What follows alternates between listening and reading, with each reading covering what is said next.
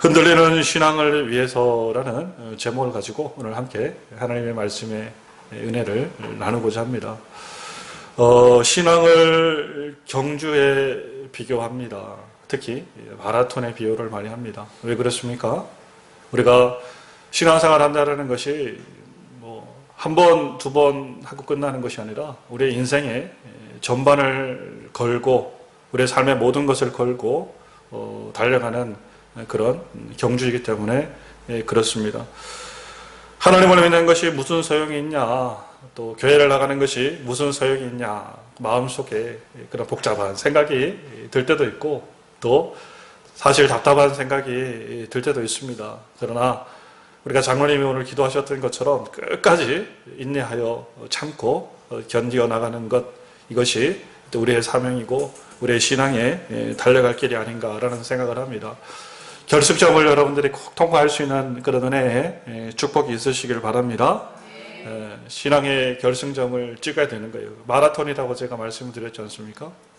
세상의 마라톤은 1등, 2등, 3등이 있습니다. 그죠? 세상은 1등, 2등, 3등 해가지고 뒤에 오는 사람들을 기억조차 하지 못합니다. 그냥 통과했구나, 지나갔구나라고 치부해버리고 마는데, 신앙의 마라톤은, 믿음의 마라톤은 그렇지가 않습니다. 예전에 달려왔던 사람, 그리고 지금 달려가는 사람, 그리고 앞으로 달려가는 사람 모두 다 1등이에요. 1등. 결승점만 통과하면은 하나님께서 모든 사람들을 다 1등으로 생각해 주시고 모든 사람을 1등으로 하나님께서 기억을 해 주신다는 겁니다.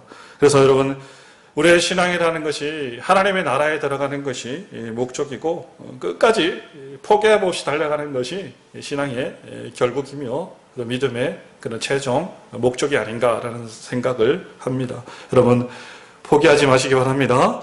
끝까지 달려가시기 바랍니다. 마음으로 다짐하셔야 돼요. 지금 이 시간에 포기하지 말아야지, 끝까지 달려가야지 라는 그 마음을 여러분들이 마음속에 다짐하는 그런 복된 우리 성도님 되시기 바랍니다.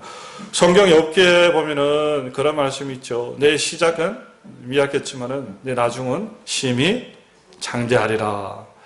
어떤 사람들은 별 생각 없이 한번 믿어볼까 하고 교회를 다니는 분들도 계시고, 어떤 분들은 지인들이나 친구를 따라서 한번 가볼까라고 그런 별 이렇게 비중 없는 마음으로 신앙을 시작하고 교회를 오게 되어졌지만은 그것이 나중에 결국 우리의 마음과 그리고 삶과 영혼을 결정짓는 중요한 키가 되어진다라는 거예요.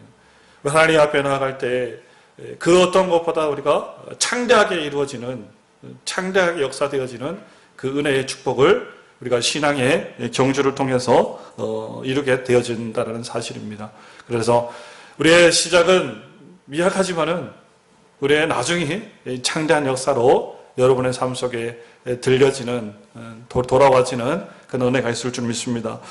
들의 이름 없는 여러분, 자풀도 꽃이 피고 열매를 맺는데 1년이 걸린다라고 제가 말씀을 드렸죠.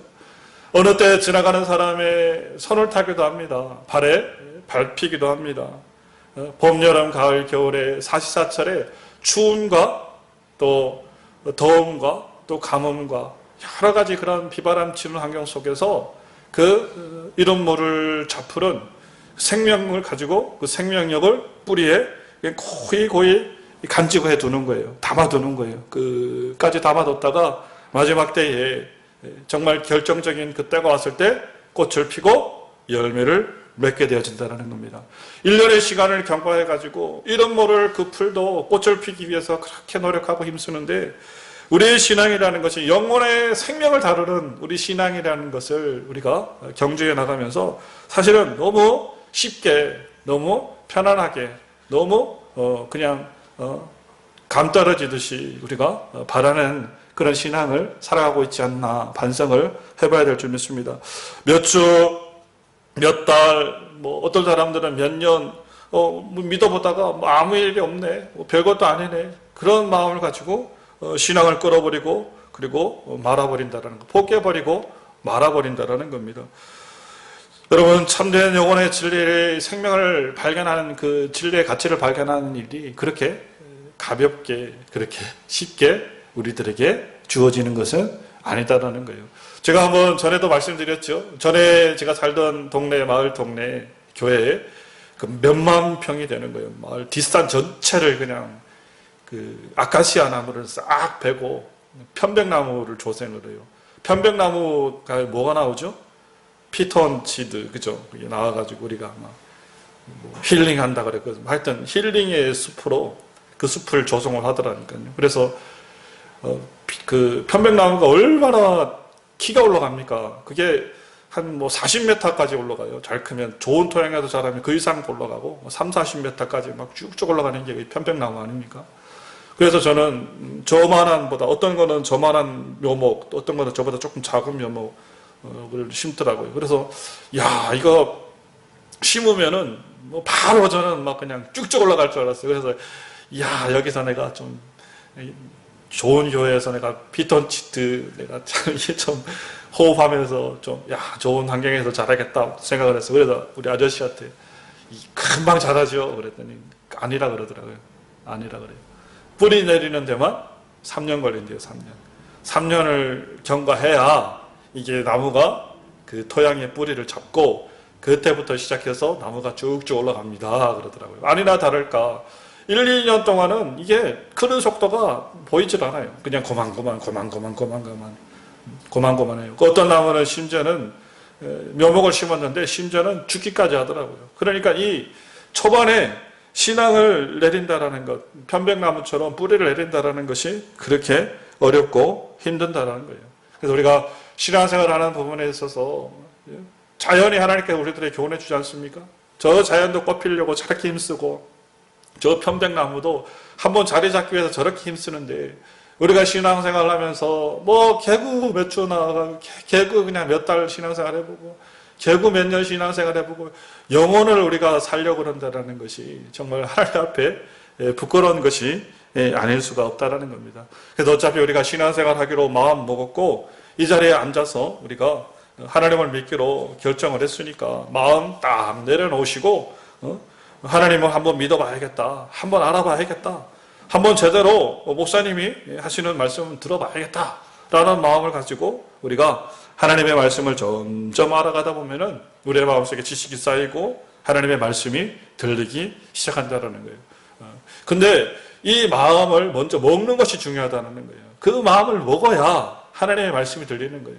내가 마음을 주카마까 고민하면은 절대 여러분 사랑이 이루어지지 않습니다. 줄달리기만 하다 끝나요. 밀당하다 끝나죠. 밀당의 끝은 여러분 헤어지는 거예요. 헤어지는 거.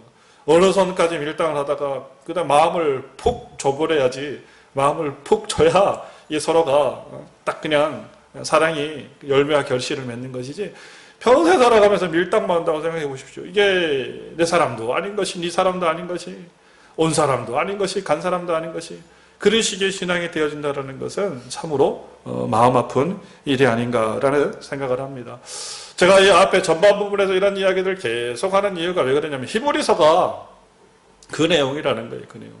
히브리서의 이 내용이 뭐냐면은 유대 믿는 성도에게 사도 바울이 쓴 그 편지의 내용입니다. 근데 이 유대 성도들이 하나님을 믿으니까 주의 백성들이 처음에는 하나님을 믿는 것처럼 잘 믿다가 박해와 여러 가지 시험을 겪게 되어져요. 어려움이 겪게 되어져요. 그러니까 바람이 한번 훅 하고 불어버리니까 이야 이게 무슨 일이냐. 신앙과 믿음이 후루루 떨어져 버려요. 흔들려 버리는 거예요.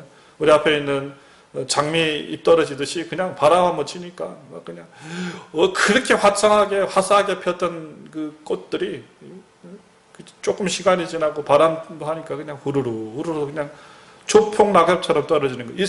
히브리 하나님을 믿는 성도들이 그런 신앙의 그런 자세들이 드러나게 되어지는 거예요.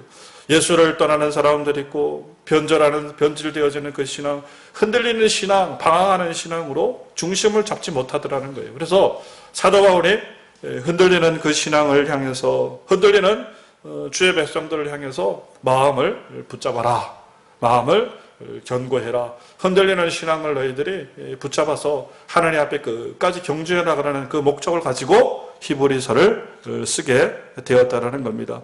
히브리서는 마치 오늘날 이 시대를 살아가는 우리를 향한 하나님의 말씀과 똑같다는 거예요. 여러분을 향한 하나님의 말씀. 내 마음에 갈등이 있는, 내 마음 속에 그런 방황이 있는, 내 마음 속에 흔들림이 있는 그 성도를 향한 하나님의 말씀과 동일하다는 겁니다. 우리의 마음속에 여러분 얼마나 마음에 흔들림이 있습니까? 예수를 믿을지 말지 믿을 때는 얼마만큼 믿어야 될지 적당히 믿어. 두 발자국 앞으로 가까이 가지 마. 적당한 거리를 두고 믿어. 뭐 이런 마음들 있지 않습니까? 교회를 가야 될지 말아야 될지 아침에 눈 떴을 때 가야 되나 말아야 되나 고민. 그리고 하나님 앞에서 온전히 우리가 신앙생활을 해야 되나 말아야 되나. 이것은 저도 마찬가지예요. 이거는 예외가 없어요. 누구든 마찬가지예요. 이 신앙의 고민이라는 것은 끝까지 가는 고민이 끝까지 가는. 그래서 제가 초반 부분에 말씀드렸잖아요. 신앙은 마라톤이다.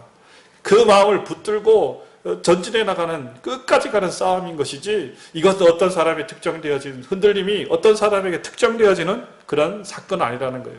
앞에 서 있는 권목사의 마음 속에서도 막 이 마음 속에 갈등이 있습니다.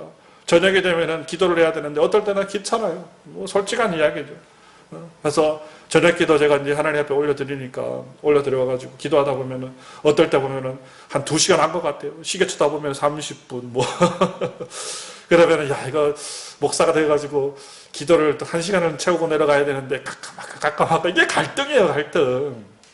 엉덩이가 그냥 들썩났어 그냥 괜히 그냥 어디 뭐 연락 온 데는 없나 문자나 쳐다보고. 이게 여러분 이 갈등이라니까요. 그러니까 이 사도 바울은 지금 오늘 이 시대 가운데 방황하는 모든 신앙인, 저를 비롯한 우리 정음교회 모든 신앙인을 통해 가지고 바른 신앙과 믿음의 올바른 경주를 할 것을 권면하고 말씀해주고 있다는 겁니다. 그래서 사도 바울이 그때 이스라엘 백성들의 믿음의 흔들림을 바로잡기 위해서 첫 번째 탁 던지는 이야기가 있어요. 탁 던지는 이야기. 그게 바로 우리가 이제 히브리서 1장에 대한 말씀이, 히브리서 1장에서 이스라엘 백성들이 이렇게 마음이 흔들리니까 첫 번째 1장 1절로부터 시작해가지고 그 3절 말씀으로 그리고 11절 12절 말씀을 통해가지고 우리들에게 탁 하나의 핵심적인 중심적인 사건들을 탁 던져주고 있습니다. 그게 바로 히브리서 1장 3절의 말씀 속에 기록되어진 내용들입니다. 자, 뭐라고 기록하고 있습니까? 이는 하나님의 영광의 강체시요 그 본체 형상이시라. 그의 능력에 말씀으로 만물을 붙드시며 죄를 정결하게 하신 일을 하시고 높은 곳에 계신 지극히 크신 이의 우편에 앉으셨느니라. 누가요? 예수님이 하나님의 아들이라고 처음에 딱 정체성에 대한 우리가 믿는 예수님이 누군지에 대한 정의를 탁 던져주고 있는 거예요. 마음에 여러분 갈피를 잡지 못하고 마음이 흔들릴 때는 그 마음에 심지를 내리는 거예요. 심지. 중심을 내리는 거죠. 그러니까 이스라엘 백성들이 예수님에 대한 마음의 갈등들이 생기고 흔들림이 있으니까 첫 번째 딱 던져주는 얘기가 야! 예수님은 하나님의 아들이야. 딱. 예수님은 하나님이시야. 라고 1장 3절 말씀 속에서 딱 하나님 사도 바울이 이스라엘 백성들에게 규정을 딱 해주고 있는 거예요. 권시성을 가진 아들의 성은 뭐예요? 권씨예요, 그죠? 권씨예요, 권씨. 요즘에는 뭐 부부 그 아내의 성도 따라온다 그랬는데 그래 봐야 뭐 한씨거나 권씨거나 둘 중에 하나예요, 맞죠? 예. 우리 아들이 박씨가 될 수는 없는 거예요. 그러면은 그 이상한 거예요. 그 DNA 조사를 해봐야 되는 거예요. 얘는 박씨인데요. 나한테 와가지고 오늘 갑자기 얘는 박씨인데 그러면은 이걸 놀랄 일이지, 이 큰일 날 일이지. 그렇잖아요. 그래 여러분. 왕의 아들은 왕자라고 이야기하지 왕의 아들을 거지라고 이야기하는 사람은 없습니다. 신의 아들은 신인 거예요. 신의 아들은 신. 하나님의 아들은 하나님이시죠. 아멘. 그러면 예수 그리스도는 누구라는 거예요? 하나님의 아들로 이 세상에 오셨기 때문에 그분은 바로 하나님이시라는 이야기입니다. 아멘. 그 정체성, 첫 번째 정체성, 너희들이 흔들릴 거 없다. 너희가 믿는 그 예수가 하나님이시다. 흔들리지 마라. 정신 똑바로 차려라. 정신 똑바로 차리고 가라. 흔들리지 말고. 그 첫 번째 얘기를 하고 있는 거예요. 그리고 11절, 12절 말씀 속에 또 기록하고 있는 내용들이 뭐냐면은 10절 말씀 속에 하늘과 땅에 대한 이야기를 하고요. 11절 말씀 속에 뭐라고 이야기하냐면은 그것들은 멸망할 것이나 오직 주는 영존할 것이요. 자, 그것들은 다 옷과 같이 낡아지리니 의복처럼 갈아입을 것이요. 그것들은 옷과 같이 변할 것이나 주는 여전하며 연대가 다함이 없으리라. 여기서 그것들이라고 표현을 하고 있는데 이 그것이 뭐냐면은 10절 말씀 속에 기록되어진 그것들이 그거든요. 그것들이 뭐냐면 하늘과 땅을 얘기하는 거예요. 여러분, 우리가 하늘과 땅을 극한의 표현이라고 이야기를 하죠. 우리 세상을 살아가면서 여러분들이 표현할 수 있는 최대치의 표현이 뭐냐면 하늘과 땅이에요. 맞죠? 우리 아이들 할 때 그러지 않습니까? 너 아빠 얼마만큼 사랑해? 그랬더니 아이가 그러는가? 하늘만큼 땅만큼. 사랑하는 사람하고 얘기를 해요. 나는 당신을 하늘만큼 땅만큼 사랑합니다. 그 소원 들어줄 때 뭐라고 그럽니까? 하늘에 있는 별도 내가 따줄 수 있습니다. 그러면은 이거는 얘기가 끝난 거예요. 극한의 표현이요. 그러니까 우리가 이 세상을 살아갈 수 있는 모든 사람들이 표현할 수 있는 최대치의 표현이 바로 하늘과 땅의 표현이라는 거예요. 그죠? 근데 그 얘기를 들었는데, 야, 너 하늘과 땅? 계곡? 그거밖에? 라고 얘기하는 사람은 아무도 없어요. 하늘과 땅이라 얘기했을 때 그 표현으로서 끝난 거예요.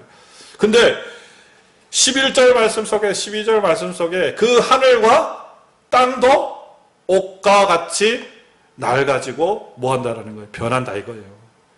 너희들이 표현할 수 있는 극한의 표현, 하늘과 땅도 그렇게 변한다. 근데 오직 변하지 않는 것은 뭐다? 연대가 다함이 없는 것은 바로 뭐다? 바로 그리스도 예수다라는 거예요. 오직 하나님밖에 없다라는 거예요. 할렐루야. 예수 그리스도는 변함이 없다라고 표현을 하고 있는 거예요. 왜 그렇습니까? 왜 변함이 없습니까? 왜 변함이 없습니까? 예수는 진리이기 때문에 그래요. 하나님이 변하는 거 봤습니까? 변하면은 그거는 진리라고 이야기할 수가 없어요. 그러니까 앞 전반 부분의 3절 말씀 속에 그리스도 예수는 하나님이십니다 라고 얘기하고 그 하나님은 변함없는 하나님이십니다 라고 표현을 하고 있는 거예요. 그러니까 그것은 진리다라는 이야기죠. 그래서 우리들에게 마음속에 사도 바울이 하나의 그런 메시지를 탁 하고 던져주는데 그것이 바로 뭐냐면은 믿음을 너희들이 흔들리지 말으라는 거예요. 정체성을 가지라는 거예요. 너희가 믿는 예수 그리스도가 참 하나님이시다라는 그 정체성을 우리들에게 던져주고 있다는 겁니다. 여러분 가만히 생각해 보십시오. 우리의 신앙이 흔들리는 것은 무엇 때문에 그렇습니까? 첫 번째 원인이 여기 있다라는 거예요. 우리가 예수 그리스도가 하나님의 아들이심을 정말 확증하고 믿고 우리가 마음속으로 따른다 그러면은 어찌 우리가 그 신앙을 가볍게 할 수가 있겠습니까?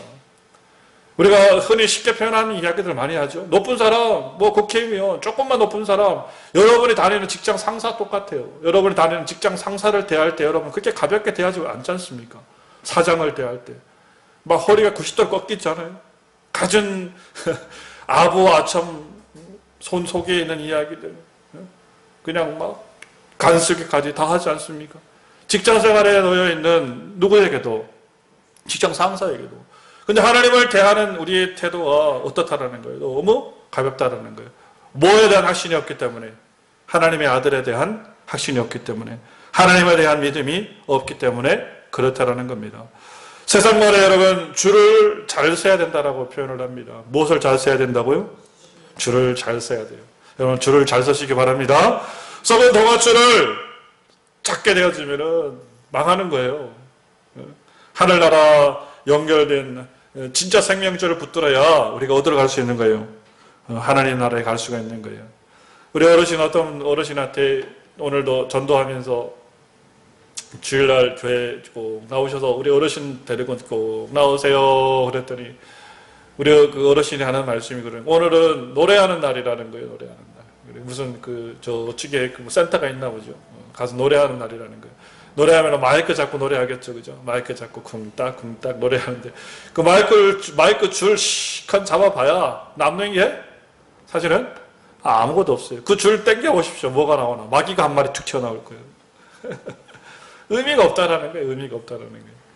우리가 무엇을 붙들 때, 하나님을 붙들 때, 그리스도 예수를 붙들 때, 예수 그리스도에 대한 정체성과 그런 신앙의 믿음을 우리가 경주해 낼 때에 우리의 마음속에 흔들림 없는 신앙을 이어낼 줄 믿습니다. 아멘. 예수님 붙드시기 바라요. 의심하지 마시고 전력 질주에 나가시고 끝까지 주님을 포기하지 않는 그런 은혜가 있으시길 바랍니다. 그 다음에 성경 우리가 2장 말씀 속에서 흔들림 없는 신앙을 위해서 두 번째 우리 사도 바울이 우리들에게 던지는 이야기가 있습니다. 2장 1절 말씀 속에 기록되어져 있죠. 자, 한번 읽어보겠습니다. 그러므로 우리는 들은 것에 더욱 유념함으로 우리가 흘러 떠내려가지 않도록 함이 마땅함이라. 여러분, 이 무슨 말씀입니까? 우리들이 들은 것이 뭐예요? 여러분이 듣는 것 뭐예요? 말씀. 앞에서 권목사가 하는 이야기들, 성경에 대한 말씀들, 이 말씀을 뭐 하라는 거예요, 여러분? 유념하래, 유념. 유념이라는 것이 뭐냐면은 프로스케인이라는 뜻인데요. 이게 유념이라는 것이 꼭 붙들어서 간직하다는 거예요. 어디다 간직하는 거예요? 마음에 간직하는 거예요. 하나님의 말씀을 들었는데 여기로 쏙 들어서 여기로 쏙 나가버리면 안 돼요. 평생에 해도 열매가 안 나와요. 밭에다가 한번 시험해 보십시오. 밭에다가 씨를 뿌려요. 씨를 뿌리고 그 씨가 오늘은 오늘은 나왔나 하고 한번 파가지고 한번 꺼내보고 안 나왔네 또 덮어놓고 또 내일 가가지고 오늘은 또 나왔나 하고 또 덮어보고 해보십시오. 평생 가도 이게 씨앗이 나오나. 썩어버리지. 뭐 하라는 거예요? 유념. 간직해서 내 마음속에 꼭 붙들어서 마음에 품으셔야 돼요. 하나님의 말씀은 그렇게 해야 여러분 믿음을 가지고 그 말씀에 대한 의심 가지지 말고 그 말씀이 반드시 이루어진다라는 그 확신을 가지고 그 말씀을 붙드셔야 돼요. 할렐루야. 그렇지 않으면은 유념하지 않으면은 다 흘러 떠내려 가버린대. 근데 2장 1절 말씀 속에 기록되어져 있는 흘러 떠내려 간다라는 이 표현이 바로 뭐냐면은 흘러 떠내려 가가지고 무슨 하늘에서 비가 내려서 그 떨어진 비가 담수호에 저수지나 댐에 가두지 못하고 흘러가 버리면은 그것이 바다로 그냥 자연스럽게 흘러가는 것이 아니라 여기서 흘러간다라는 표현은 뭐냐면은 흘러 가긴 가는데 이 똥물로 흘러간다 이 말이에요. 죄로 빠져버린다 이 뜻이에요. 여기서는 자연적인 현상으로 그냥 좋은 곳으로 흘러가는 것이 아니라 결국에는 이 흘러가는 물이 나쁜 길로 죄악의 길로 잘못된 길로 빠져 들어가 버린다라는 거예요. 여러분 하나님의 은혜 가운데에 하나님의 말씀을 깊이 있게 유념할 수 있는 그런 은혜의 축복이 있으시길 바랍니다. 말씀을 붙드시길 바라요. 말씀을 붙드셔야 돼요. 그 말씀을 붙들고 의심 없이 그 말씀을 따라서 살아갈 수 있는 은혜가 있으시길 바랍니다. 그래서 여러분 지금 2장에서 말씀하고 있는 두 번째 우리가 신앙이 흔들리고 맨날 방황하는 이유가 어디에 있다라는 거예요? 말씀을 유념하지 않았기 때문에 그렇다는 거예요. 말씀을 붙들지 않았기 때문에 그렇다는 거예요. 한번 곰곰이 생각해 보십시오. 여러분의 생각 속에 뭐 남아있는 말씀이 있나 한번 생각을 해 보십시오. 어떤 어려운 상황들이 처해졌을 때 내가 그 말씀을 붙들고 한 번이라도 기도해 본 적이 있나 한번 생각해 보시라니까요. 그러니까 열매가 없죠. 그러니까 말씀을 붙들 수 있는 은혜가 있으시기 바랍니다. 신앙은 말씀을 지키는 거예요. 말씀을 붙들 수 있는 좋은 방법이 있습니다. 그것이 바로 순종의 길이라는 거예요. 뭐라는 거예요? 순종. 우리가 새벽기도 시간에 제가 그런 이야기를 했지만은 우리가 믿음이 있어서 말씀을 지키는 거예요. 말씀을 지키다 보면 믿음이 생기는 거예요. 이런 얘기가 제가 질문을 던졌거든요. 근데 그 두 개 다 맞는 말이에요. 믿음이 있어서 우리가 말씀을 행하기도 합니다. 근데 하나님의 말씀이 그렇다라는 것을 우리가 알고 그냥 행하다 보면은 뭐가 생기는 거예요? 믿음이 생길 때가 있다니까요. 기도를 해가지고 우리가 마음속에 믿음이 있어서 기도를 해야지 라고 나서 기도를 할 수도 있지만은 기도를 하다 보면 은혜를 받는 거예요. 그게 순종이라는 거예요. 순종. 하나님의 말씀을 우리가 붙든다라는 것은 그 순종이라는 것은 우리의 마음속에 인을 지지는 거예요. 하나님의 말씀에 성령으로 인치시는 거예요. 우리의 마음에 새김이 있는 거예요. 새김이. 그래 여러분의 삶 속에 하나님의 말씀을 붙들 수 있는 그런 은혜의 축복이 있으시길 바랍니다. 아멘. 오늘 꼭 기억하셔야 돼요. 가서 주님의 말씀이 주님이 하나님이시더라. 주님을 믿어야 된다. 꼭 경주해야 된다. 그러니까 그 말씀을 붙들고 가는 거예요. 갔다가 옆에 있는 친구가 그러는 거예요. 얘야 오늘 어디 하니까 어디 가자. 주일인데 어디 가자. 라면은 우리가 말씀을 순종하는 거예요. 뭐라는 거예요? 친구들이 꼬시고 나를 미혹해도 나쁜 짓을 하자고 이야기해도 뭐 하는 거예요? 나는 그러면 안 돼. 라고 이야기할 수 있는 것. 그게 순종이라니까요. 순종. 그게 순종의 마음이라니까요. 늘 말씀과 동떨어지는 말씀은 여기 있는데 내 삶은 여기 있으면은 말씀 따로 내 삶 따로 그렇게 평생을 살아가면은 한 번을 만나지 못하는 거예요. 기차의 철길처럼 만나지 못하는 삶으로 우리가 끝나버리는 그런 삶을 살아간다는 거예요. 주님께서는 두 번째 우리가 신앙을 흔들리는 이유가 어디에 있다? 이 말씀을 유념하지 못하기 때문에 그렇다는 거예요. 이런 말씀을 붙드셔야 돼요. 매일 성경 우리가 지금 하고 있죠? 지속적으로 하세요. 지속적으로 하세요. 그거는 나한테 주어진 하나님의 뭐다? 사명이다 생각하고 하셔야 돼요. 하시고. 한번 보세요. 거모사는 그거 1시간, 2시간 해가지고 여러분 잘 먹게 요리해가지고 딱 올려드리는데 그거를 해버리면, 무시해버리면 안 되지, 그죠? 말씀을 붙드셔야 돼요. 말씀을 붙드시는 은혜가 있으시기 바랍니다. 그 다음에 우리가 3장 7절 이하의 말씀부터 시작되어지는 것이 흔들리는 신앙을 위해서 우리가 신앙을 잡기 위한 그 마음의 준비를 3장에서는 또 하나의 단서를 사도 바울은 우리들에게 주고 있습니다. 그게 바로 뭡니까? 즉 공통되어지는 게 하나 있죠. 뭐 하지 말으래요? 너의 마음을 완고하게 하지 말아라. 또 13절에도 완고라는 이야기 나오고 15절 그리고 4장 7절 말씀에도 동일하게 계속 너의 마음을 뭐하게 하지 말아라. 완고하게 하지 말아라. 완고하게 하지 말으라는 거예요. 여러분 세 번째 우리가 신앙이 흔들리는 것은 마음에 대한 것인데 우리가 주의 말씀을 들을 때 마음속에 무엇이 생기기 때문에 그래? 완고한 마음이 생기기 때문에 그렇다라는 겁니다. 완고한 마음은 딱딱한 마음이라는 겁니다. 근데 3장 말씀을 근거로 우리가 말씀을 추적해 보니까 이스라엘 백성을 하나님께서 야 완고한 사람들 완고한 백성들이야 라고 이야기를 했는데 그 이면에 보니까 이스라엘 백성들의 마음속에 뭐가 있었냐면은 원망과 불평이 있었더라는 거예요. 다시 말해서 완고의 마음, 부드럽지 못한 마음 그 이면은 무엇이 들어가 있는 것이다? 원망과 불평이 들어가 있다는 거예요. 여러분 원망과 불평은 왜 생깁니까?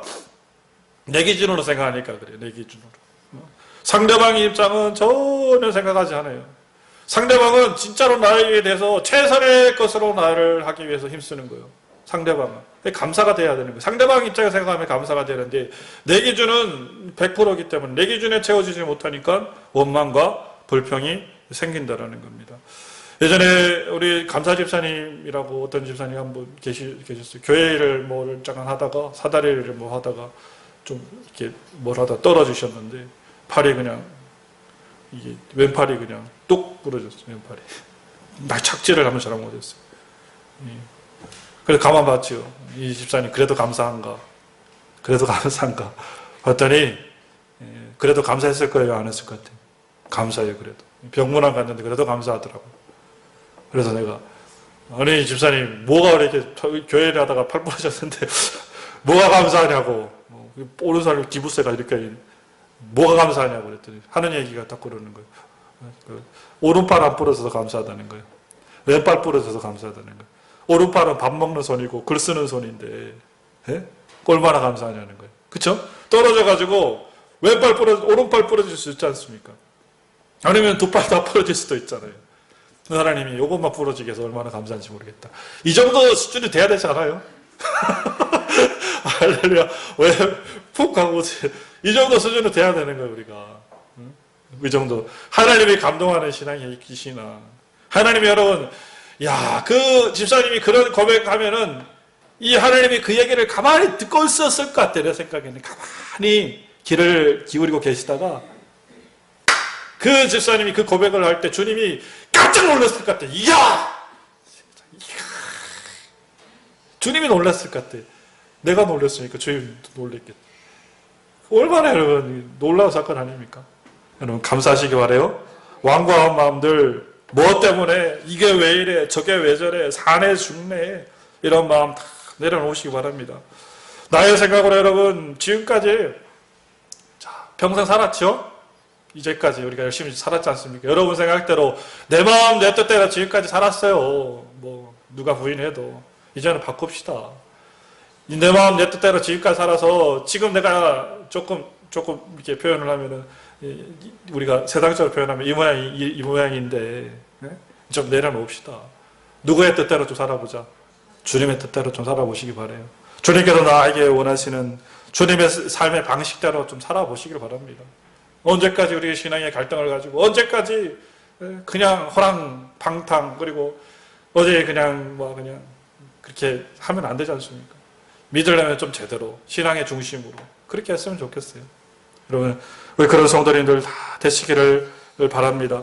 그래서 마지막에 우리 그 3장의 말씀 속에서 주님께서 우리들에게 말씀하시는 것이 예수를 깊이 생각하라라는 말씀을 주시고요. 4장 1절 말씀 속에서 믿음의 모든 것들을 결부시켜라라는 말씀으로 사도 바울이 마무리를 하고 있습니다. 우리의 모든 생각과 모든 판단을 무엇으로 결부시켜라? 믿음으로 결부시켜라. 믿음으로 결부시켜야 돼요. 내가 앉아도 주님의 뜻이고 서도 주님의 뜻이고 그리고 내가 어딜 가도 주님의 뜻이고 주님이 나에게 원하시는 것이 무엇인지를 살펴볼 수 있는 그게 믿음으로 결부시키는 삶이라는 거예요. 주님을 생각하는 삶. 그 삶을 여러분 살아가시길 바랍니다. 그것이 바로 예수를 깊이 생각하는 삶이고요. 예수의 그 은혜 가운데 살아가는 사람입니다. 세상의 사람들은 여인을 깊이 생각하면 사랑꾼이라고 그러고 또 부라 마셔라 술만 생각하면 술꾼이라고 그러지 않습니까? 도박하고 놀 궁리만 하면 한량이라고 그럽니다. 예수를 깊이 생각하는 사람을 뭐라고 표현해요? 예수꾼, 예수쟁이라고 표현하는 거예요. 그게 여러분 얼마나 영광스러운 말입니까? 여러분 예수쟁이 되시기 바라요. 아멘. 그래서 오늘 말씀을 정리하면서 히브리서를 통해 가지고 흔들리는 이 거목사의 마음을 주님께서 아시고 히브리서의 말씀을 나에게 떠보게 하시는 거예요. 거목사야 흔들리지 말아라. 바람이 불어도 흔들리지 말아라. 폭풍이 쳐도 흔들리지 말아라. 신앙으로 경주해라. 끝까지 예수를 붙들어라. 예수의 십자가를 잡아라. 그리스도 예수의 그 은혜의 말씀을 붙들어라. 예수의 그 모든 신앙을 믿음으로 결부시키는 삶을 살아가라 라고 주님께서 말씀해 주셨습니다. 이 말씀의 은혜가 동일하게 누구의 것이 되시기를 여러분 것입니다. 깨달으셔야 돼요. 여러분 것이 돼야 돼요. 여러분 그런 은혜가 있으시기를 간절히 바랍니다. 우리 함께